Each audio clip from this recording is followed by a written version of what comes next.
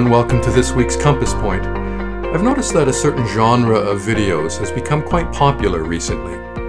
These videos feature individuals who are trying to rescue or save animals who have been in some kind of distress.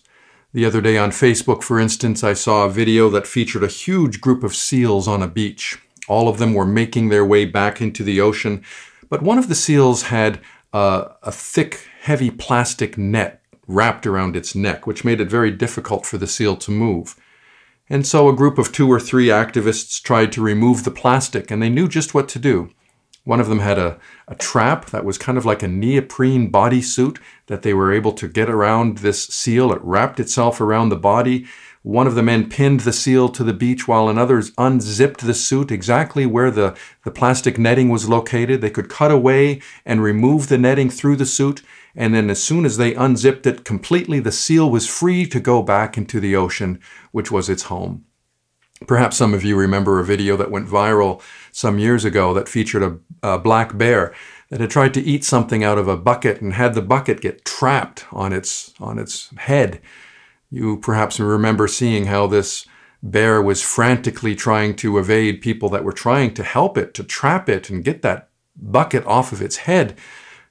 Subduing a 300-pound black bear is no easy task, but they managed to do it. I think they needed to tranquilize the bear, and even then it was difficult, cutting and sawing through that thick and hard plastic. In the end, the bucket was finally removed, and you could see the bear frolic back into the woods, which is its home. I'm mentioning all of these videos because they remind us of how change is an important part of growth, and how sometimes we resist that change. It's one of the most basic principles related to growth. To grow is to change. We can't really grow unless we change. It's one of the things that we're exploring in our Sunday messages as we make our way through the fruit of the Spirit. This is also a very important principle for spiritual growth. To grow requires change, and sometimes that's painful, as those videos featuring animals who are trapped in some way illustrates. This is why I think those videos are so helpful. You wonder if those animals have any idea about why these individuals are trying to help them. They probably think that the rescuers are trying to do even more harm to them. They're frantic, they're already stressed, they have no idea that these individuals are out to do them good, when in fact they are. I think of Barbara Brown Taylor, a prolific Christian writer and preacher who some years ago observed how she saw a loggerhead turtle trapped in a sand dune find its way back into the ocean. A ranger wrapped a thick, heavy chain around the turtle and attached the chain to the back of a pickup truck. He drove straight to the ocean, dragging this poor turtle through the sand all the way through. And here's how she describes that. The ranger hauled her over the dunes and down onto the beach. I followed the path that the prow of her shell cut into the sand. At ocean's edge, he unhooked her and turned her right side up again. She lay motionless in the surf as the water lapped at her body, washing the sand from her eyes and making her skin shine again.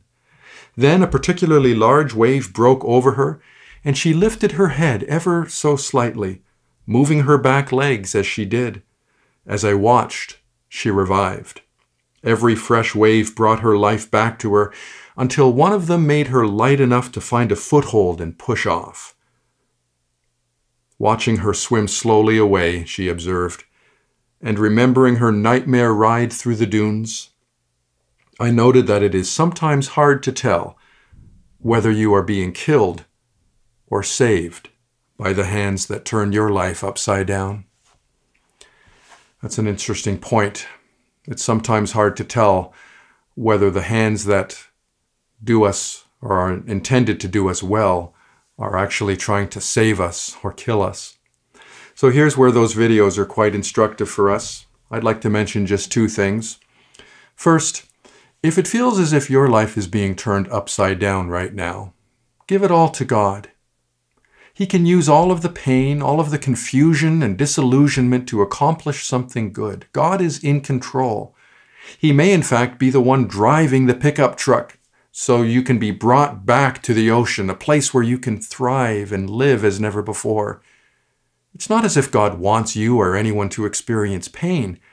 He just wants us to be in a place that enables us to flourish, which is what the fruit of the Spirit invites us to consider. So if it feels as if all of the changes in your life right now are doing you harm, give it to God. He will use it for good. And secondly, let me mention this. There are probably things in your life and mind that need to change.